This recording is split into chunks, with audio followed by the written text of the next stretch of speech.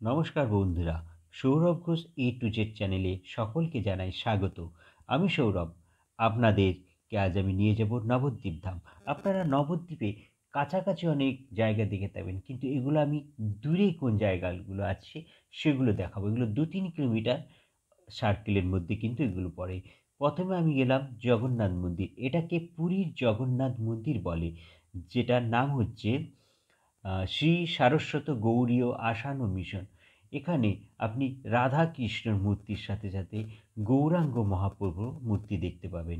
এখন আমি আপনাদেরকে সমস্ত এলাকাটা ঘুরে দেখাচ্ছি।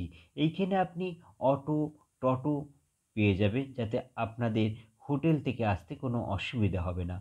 এখন আমরা ভেতরে ঢোকার চেষ্টা করব। এটা হচ্ছে মূল মন্দিরের মূল বিগ্রহ, রাধে কৃষ্ণ এবং গৌরাঙ্গ মহাপ্রভু। আর এখানে অনেক কারুকার্য আছে, যেগুলো আমাদেরকে মহাভারত, রামায়ণের বিভিন্ন গল্পগুলো এখানে কিন্তু চিত্রের মাধ্যমে তুলে ধরা হয়েছে। এটা যেমন মহাভারতের যুদ্ধ আপনি দেখছেন, এটা একটা কোনো গল্পের সাথে জড়িয়ে আছে। এটা হচ্ছে যখন হচ্ছে কৃষ্ণ বলরাম কংস বধ করার জন্য যাচ্ছে, এটা হচ্ছে যুদ্ধক্ষেত্র। এইখানে আপনি নারায়ণকে দেখতে পাচ্ছেন। এরকম বিভিন্ন মূর্তি কিন্তু আপনি এখানে দেখতে পাবেন, বিভিন্ন গল্পর মাধ্যমে এগুলো তুলে ধরা হয়েছে। এখন আপনাদেরকে আমি নিয়ে যাব দেবানন্দ গৌড়িয়া মঠ। এটি অতি প্রাচীন সনাতন বৈষ্ণব ধর্মের একটি মঠ। নবদ্বীপে প্রচুর মন্দির আছে, আনাচে কানাচে আপনি প্রচুর মন্দির পেয়ে যাবেন। 1940 সালে এই মন্দিরটি নির্মাণ করেছিলেন গৌড়ীয় বৈষ্ণব গুরু শিলা ভক্তি প্রাঞ্জন কেশব গোস্বামী। দেবানন্দ গৌড়িয়া মঠ হচ্ছে গৌড়ীয় বেদান্ত সমিতির হেডকোয়ার্টার। সারা বছর প্রচুর ভক্তের সমাগম হয় এই মন্দিরে। বিশেষ করে দোলযাত্রা, রথযাত্রা, জন্মাষ্টমী, ঝুলন পূর্ণিমা খুব ধুমধাম করে পালন করা হয়। এখানে কিন্তু থাকারও ব্যবস্থা করা আছে। আমি আপনাদেরকে ফোন নাম্বার দিয়ে দেবো, আপনি যোগাযোগ করে আগে থেকে বুক করতে পারেন। এটা কিন্তু মন্দির, এটা হচ্ছে মূল মন্দিরের বিগ্রহ। স্ক্রিনে যে নাম্বারটা দেখা যাচ্ছে 9475438501, এই নাম্বারে কল করে আপনি কিন্তু রুম বুক করতে পারেন। সেই রুমগুলো কিন্তু খুবই সুন্দর। আপনি খুব অল্প খরচে রুম পেয়ে যাবেন। 400 থেকে 500 টাকার মধ্যে আপনি কিন্তু রুম পেয়ে যাচ্ছেন। আর এখানে রুম নেওয়ার সাথে সাথে আপনাদেরকে 3 বেলা প্রসাদও খাবারের ব্যবস্থা করা হয়েছে। আপনি প্রসাদ খাবেন, খুবই সুন্দর, খুবই সুস্বাদু। আর আমি আপনাদেরকে রান্নাঘরের চতুর্দিকটা ঘুরে দেখাচ্ছি এখন। এইখানে নিজস্ব রান্নাঘর আছে। এটা কিন্তু কাঠের চালে রান্না করা হয়। আপনি বুঝতেই পারছেন, আগেকালের দিনে যেমন গ্যাস ছিল না, ঘুঁটে দিয়ে জ্বালন করা হতো, এখানে কিন্তু সেই ব্যবস্থা আছে। আর এই রথটা দেখতে পাচ্ছেন, এই রথটা কিন্তু এখানকার সবচেয়ে বড় রথ। এখানে রথ বলতে আপনাদের দেবানন্দ গৌড়িয়া মঠের রথকেই বোঝানো হয়। আমি এখন চতুর্দিকটা আপনাদেরকে ঘুরিয়ে দেখাচ্ছি। খুবই শান্ত পরিবেশ, খুবই সুন্দর। বন্ধুরা, এখন আপনাদেরকে আমি নিয়ে যাব সোনার মন্দির। এই মন্দিরটি প্রতিষ্ঠা করেছিলেন মহারানী ধনমঞ্জরি। আমরা এখন মন্দিরের ভিতরে প্রবেশ করার চেষ্টা করছি। আমরা মন্দিরের ভিতরে প্রবেশ করে গেছি। মন্দিরের ভেতরে এই মূর্তিটা দেখানোর আমি চেষ্টা করব। এটা মূল মন্দিরের মূল বিগ্রহ, খুব সম্ভবত রাধাকৃষ্ণ মন্দির। আর এর ওপরটি কিন্তু আগে সোনার মোড়া ছিল, এখন কিন্তু এটি সোনায় মোড়া নেই। এটা হচ্ছে আপনাদের এই চূড়াটি সোনার জলে চুবানো কাপড় দিয়ে তৈরি। এই মন্দিরটি যিনি তৈরি করেছিলেন, ওনার বাড়ি মণিপুরে। তৈরি করেছিলেন মহারানী ধনমঞ্জরি দেবী, ওনার বাড়ি কিন্তু মণিপুরে। এই মন্দিরটা অনেকটাই পাহাড়ি মন্দিরের মতন, কারণ এই মন্দিরটি মণিপুর অথবা সেই সব জায়গায় মানুষরা এসে কিন্তু এই মন্দিরটি তৈরি করেছিলেন। মন্দিরের চারিপাশ কিন্তু খুবই সুন্দর।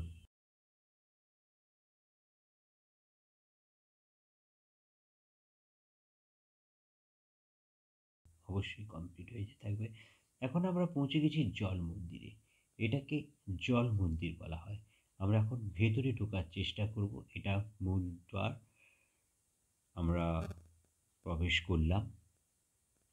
এটাকে বলা হয় জল মন্দির, কারণ আপনারা দেখতেই পাচ্ছেন জলের উপরে কিন্তু মন্দিরটি আছে, তাই জল মন্দির বলা হচ্ছে। বাঁ দিকে কিন্তু থাকার জন্য ব্যবস্থা আছে। এখানে একটা মহাদেব মন্দির আমি দেখতে পেলাম। এটা হচ্ছে জল মন্দির। দেখুন এখানে কিন্তু অনেক কালারফুল মাছও আছে। দেখুন মাছগুলো কিভাবে খাচ্ছে, বাচ্চারা এখানে খাবার দিচ্ছে, আর মাছগুলো সুন্দরভাবে ক্যাচ করছে। দেখুন সুন্দরভাবে ক্যাচ করে কিন্তু খাবারগুলো খাচ্ছে। খুব অসাধারণ দৃশ্য, খুবই অসাধারণ দৃশ্য। দেখুন, বাহ, রঙিন মাছগুলো দেখতে পাচ্ছি আমি, মাছগুলো খাচ্ছে। একটু আমরা এখন এগিয়ে যাব। দেখতে পাচ্ছি পরিবেশটা কিন্তু খুবই সুন্দর। আমি চতুর্দিকটা আপনাদেরকে ঘুরে দেখানোর চেষ্টা করছি। এই যে দেখছেন, এখানে কিন্তু থাকার খাওয়ার ব্যবস্থা আছে। আমরা এখন সামনের দিকে এগিয়ে যাচ্ছি। দেখুন এখানে সুন্দর একটা খরগোশ দেখতে পাচ্ছি। এখানে কিন্তু খরগোশ অনেকগুলোই আছে, ভিতরে ঢুকে আছে, পাবলিক দেখে হয়তো বেরোচ্ছে না, কিন্তু অনেকগুলো আছে। সাইডে আপনাদেরকে এখন আমি হরিণ দেখাবো। হরিণ দেখবই। দেখুন এখানে অজস্র হরিণ আছে, প্রচুর সুন্দর সুন্দর হরিণ আছে, যেগুলোকে আপনারা খাবার দিতে পারবেন। এখানে বাচ্চারা বড়রা সব কিন্তু খাবার দিচ্ছে। দেখুন হরিণগুলো কিন্তু কাছে চলে এসছে। দেখুন আপনি কাছে হরিণগুলোকে দেখার জন্য সুযোগ পাবেন। দেখুন গায়েও হাত দিতে পারছেন, খুব মিষ্টি দেখতে হরিণগুলো, খুবই সুন্দর। দেখুন একটা বাচ্চা কিভাবে খাবার দিচ্ছে হরিণকে। দুই বাচ্চা কিন্তু দাঁড়িয়ে আছে, হরিণকে খাবার দিচ্ছে। আমিও চেষ্টা করেছিলাম দেওয়ার জন্য, তবে দিতে পেরেছি। যাই হোক, আপনারা এসে অবশ্যই হরিণগুলোকে খাবার দেবেন, খুবই আনন্দ পাবেন, যেটা আমি খুব আনন্দ পেয়েছিলাম।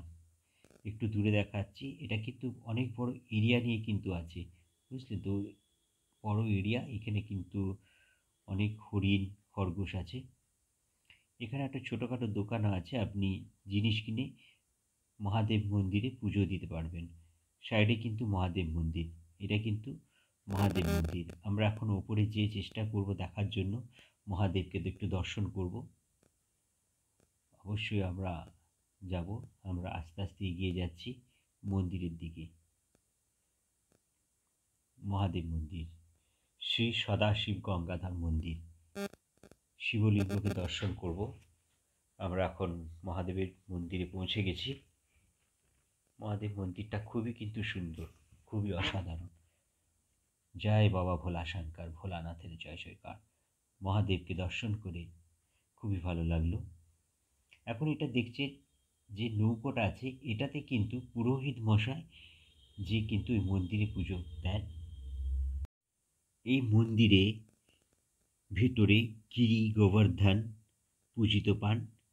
মন্দির কিন্তু সকাল 8টা থেকে সন্ধে 7টা পর্যন্ত খোলা থাকে। এখানে কিছু নিয়মাবলী দেওয়া আছে, যেটাকে অবশ্যই আমাদের পালন করা উচিত, যেগুলো আপনি দেখে দিচ্ছি, যেগুলো আপনি একটু কষ্ট করে পড়ে নেবেন। কিছু কিছু নিয়ম সব জায়গায় থাকে, এখানেও কিছু নিয়ম আছে। জল মন্দিরের উল্টো দিকে ঠিক আপনারা দেখতে পাবেন চৈতন্য সারস্বত মঠ। এই চৈতন্য সারস্বত মঠটি সারস্বত মঠ রোড, কলেরগঞ্জে অবস্থিত। আপনারা এখন দেখতে পাচ্ছেন শ্রী চৈতন্য সারস্বত মঠ এর মূল দ্বার। আমরা এখন ভেতরে প্রবেশ করার চেষ্টা করছি। এখন আমরা ভিতরে প্রবেশ করে গেলাম। এখন আস্তে আস্তে পুরোটাই আমরা দেখব। এখানে দেখুন লেখা আছে শ্রী চৈতন্য সারস্বত মঠ জল মন্দির, লেখা আছে বটে, কিন্তু এটা হচ্ছে মেন অফিস। এখানে আপনি যোগাযোগ করতে পারবেন আপনাদের থাকার জন্য কি ব্যবস্থা আছে, এইখানে ডিটেলস আপনি জানতে পারবেন। ফোন নম্বরটা অবশ্যই আমি স্ক্রিনে দিয়ে দেবো। স্ক্রিনে আমি ফোন নাম্বারটা দিয়ে দিয়েছি। আপনারা এই স্ক্রিন নাম্বারে যে নাম্বারটা আছে সেটাতে আপনি ফোন করলে ডিটেলসটা জানতে পারবেন। এখন আমরা পুরো পরিবেশটা, পুরো প্রাকৃতিক সৌন্দর্যটা অনুভব করব। সুন্দর পরিবেশ, মন্দিরের ভিতরে প্রবেশ করতেই এক অপরূপ প্রাকৃতিক সৌন্দর্য আমার কিন্তু চোখে পড়ল। আকাশ, বাতাস, উদ্ভিদের মধ্যে এক অদৃশ্য আনন্দ আমরা অনুভব করলাম। এইটি এত সুন্দর, এত মনোরম পরিবেশ, যেটা আমাকে ঘুরতে কিন্তু খুবই ভালো লাগলো। এখানে কিছু নিয়ম লেখা আছে, সেই নিয়মগুলো অবশ্যই পড়ে নেবেন। এটা হচ্ছে মূল মন্দির। মূল মন্দিরের ভিতরে এখন আমরা প্রবেশ করছি। এইখানে কিন্তু কীর্তনের আসর বসে, কীর্তন হয়, খুবই আনন্দ লাগবে এখানে আপনি কীর্তন শুনলে। দেখুন পুরো পরিবেশটা কিন্তু খুব সুন্দর। এখন আপনাদেরকে পুরোটা আমি ঘুরিয়ে দেখাচ্ছি। আমরা একটু সামনের দিকে এগিয়ে যাচ্ছি। এই মন্দিরটাও কিন্তু খুবই সুন্দর। এটা যতদূর মনে হয় সমাধি মন্দির। এই মন্দিরটা প্রতিষ্ঠা করেছিলেন 1941 খ্রিস্টাব্দে শ্রী শ্রীধর মহারাজ। উনি প্রতিষ্ঠা করেছিলেন। ভেতরে খুব স্পষ্ট জানা যাচ্ছে না, তবু আপনাদেরকে দেখানোর আমি চেষ্টা করলাম।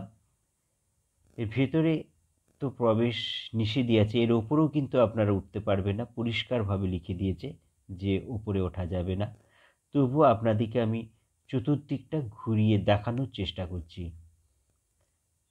এখন আমরা যে গাছটি দেখছি, সেই গাছটি কিন্তু অতীব পুরনো, অনেক পুরনো গাছ এটা, ওনারা যেটা বলেন। চলুন একটু আমরা সামনের দিকে এগিয়ে যাই। খুবই সুন্দর লাগছে পরিবেশটা। এখানে থাকারও ব্যবস্থা আছে, তবে অফিসে যোগাযোগ করে নেবেন। এটা তুলসী গাছ, রাধাকৃষ্ণের তুলসী গাছ। চলুন একটু এগিয়ে গেলাম, আমরা সামনের দিকে এগিয়ে যাচ্ছি। মন্দিরটা খুবই সুন্দর হয়েছে। এটা যে দেখতে পাচ্ছেন, এটা আগেকালে ধান রাখা হতো এটাতে। এইটাতে ধান, মানে এটা বোঝাই যাচ্ছে যে কত পুরনো, কত পুরনো এটা। এটি পুরোটা আপনাদেরকে আমি ঘুরিয়ে দেখানোর চেষ্টা করছি। এটা আগেকালে ধান রাখা হতো। এখন আমি চতুর্দিকটা একটু ঘুরিয়ে আপনাদেরকে দেখিয়ে দিলাম। এরপর আস্তে আস্তে আমরা সামনের দিকে এগিয়ে যাব। মন্দিরটা কিন্তু খুবই সুন্দর হয়েছে। দেখি এদিকটা কি আছে একটু আমরা দেখে নিই। চলুন সামনের দিকে যাওয়া যাক, কি আছে একটু দেখে নেব। বাহ, এইখানেও কিন্তু ছোট ছোট অনেক মন্দির আছে। একটা ছাদের সাথে একটা ছাদ কিন্তু কানেক্ট করা আছে ওপরের দিকে, যেটা আমি দেখতে পাচ্ছি। এটা খুবই সুন্দর। আমি পুরোটা আপনাদেরকে ঘুরিয়ে দেখিয়ে দিলাম। এখন আমরা দেখব এই একটা মন্দির আছে, তবে বন্ধ আছে। এটা দেখানোর চেষ্টা করছি, কিন্তু মন্দিরটা যেহেতু বন্ধ আছে দেখা যাচ্ছে না ঠিকই।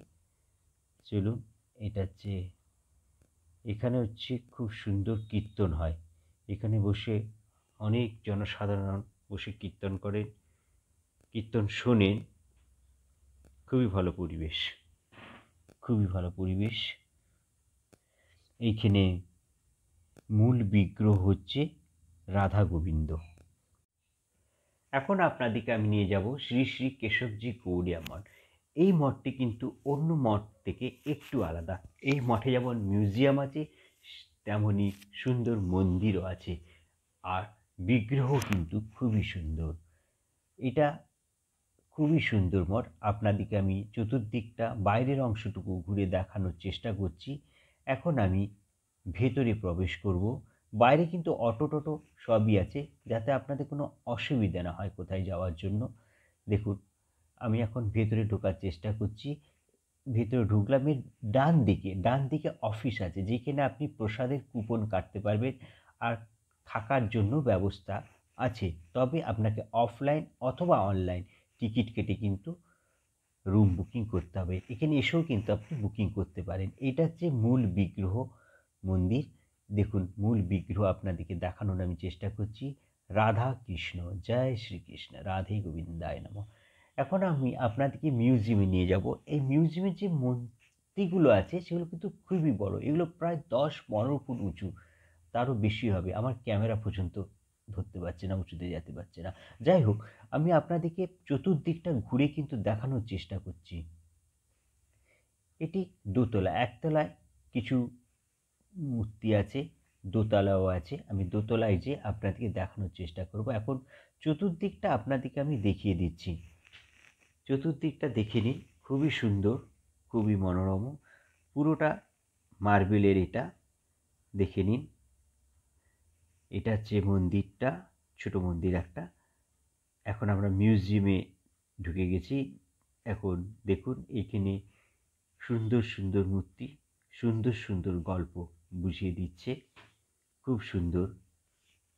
এখানে দেখুন শ্রীকৃষ্ণ উপরে আছে, দেখুন খুবই সুন্দর লাগছে। এখানে নন্দ রাজা কৃষ্ণ জন্মের জন্য উৎসব পালন করছেন, নন্দ উৎসব যাকে বলে। মূর্তিগুলো খুবই সুন্দর। এখানে দেখুন মূর্তিগুলো আছে, প্রত্যেকটা বিগ্রহ কিন্তু নতুন নতুন কিছু কথা বলে, নতুন গল্প বোঝানোর চেষ্টা করছে এই মূর্তিগুলো। আপনি দেখতে পাচ্ছেন কত সুন্দর সুন্দর মূর্তি, অসাধারণ অসাধারণ। দেখুন, আপনারা কিন্তু দেখে বুঝতে পারবেন। দেখুন, এটা কিন্তু চৈতন্য মহাপ্রভু সমস্ত পশু পাখির মধ্যে হরে কৃষ্ণ নাম করে যাচ্ছে, তাই সেই আনন্দে পশু পক্ষীগুলোও কিন্তু আনন্দিত হচ্ছে। দেখুন এখানেও কিন্তু সুন্দর বিগ্রহ সব আছে, বিভিন্ন গল্প মাধ্যমে বোঝানো যাচ্ছে যে এনারা কত সুন্দরভাবে সাজিয়ে তুলেছে পুরো পরিবেশটাকে। রাধে কৃষ্ণ, গোবিন্দায় নমঃ। হরে কৃষ্ণ কৃষ্ণ কৃষ্ণ হরে হরে, হরে রাম রাম রাম হরে হরে। এই লীলা দেখে, দর্শন করে মনের ভিতরে যে উথাল পাতাল, যে টান, যে কষ্ট, সে তো বলে বোঝাতে পারবো না। কিন্তু খুবই সুন্দর লাগছে, দারুণ লাগছে। গঙ্গা যমুনা সরস্বতী। এটা দেখুন মিউজিয়াম ঘুরে আমি এখন মূল মন্দিরের নিচে চলে এসেছি। এটা রাধা কৃষ্ণর হরিনাম কীর্তন খুব সুন্দর হয়। এটা মন্দিরটা এখন বন্ধ আছে, ভেতরের বিগ্রহটা আপনাকে দেখানোর চেষ্টা করলাম। রাধে কৃষ্ণ, গোবিন্দায় নমঃ। সুন্দর পরিবেশ। এটা বাইরের অংশটুকু দেখালাম আপনাদেরকে, বাইরের যে অংশটা আছে সেটা দেখে নিন। এখানে থাকার জায়গা আছে, বাইরের পরিবেশটাও কিন্তু খুবই সুন্দর। আমি এখন চতুর্দিকটা আপনাকে ঘুরে দেখানোর চেষ্টা করছি। চলুন সামনে এগিয়ে দেখা যাক। এইখানে কিন্তু বাগানটাও কিন্তু খুবই সুন্দর। বাগানটা দেখে নিন, খুবই সুন্দর বাগান, সুন্দর গাছগাছালিতে ভর্তি বাগানটি, অপরূপ সুন্দর। পার্ক আছে, আপনি কিছুক্ষণ বসে আপনার সময় কাটাতে পারবেন এই পার্কের মধ্যে। দারুণ পরিবেশ, কত সুন্দর সুন্দর গাছও লাগানো হয়েছে আমি দেখতে পাচ্ছি, অনেক ফুলের গাছও আছে এখানে। বাহ, অসাধারণ। এটা হচ্ছে রান্নার ঘর, প্রসাদ মল, প্রসাদ মল। এখানে কিন্তু খাবার দাবারের ব্যবস্থা করা আছে। এটা চারটা দেয়া আছে, এই চারটা দেখে এই মতন আপনাদেরকে কাজ করতে হবে। এখানে রান্না ফান্না করা হচ্ছে, প্রসাদও কিন্তু খুব সুন্দর। এখানে খুব সুস্বাদু সুন্দর প্রসাদ পাওয়া যায়। আমি নিজে খেয়েছিলাম। 70 টাকা করে টিকিট, যে আপনি প্রসাদ পাবেন, খুবই সুন্দর। কিন্তু এটা হচ্ছে office for accommodation, office for prasad, যেটা আগেই আপনাকে বলেছিলাম আমি। যদি আপনাদেরকে আমার এই ভিডিওটি ভালো লেগে থাকে অবশ্যই লাইক শেয়ার করবেন, আর বেল আইকনটি অবশ্যই টিপিয়ে দেবেন যাতে আমি আপনাদের সাথে জুড়ে থাকতে পারি। ভালো থাকবেন, সুস্থ থাকবেন। ভিডিওটি পুরো দেখার জন্য অজস্র ধন্যবাদ। প্লিজ সাবস্ক্রাইব করে দেবেন। আবার আসছি এক নতুন ভিডিও নিয়ে। ততক্ষণ পর্যন্ত টাটা, বাই বাই।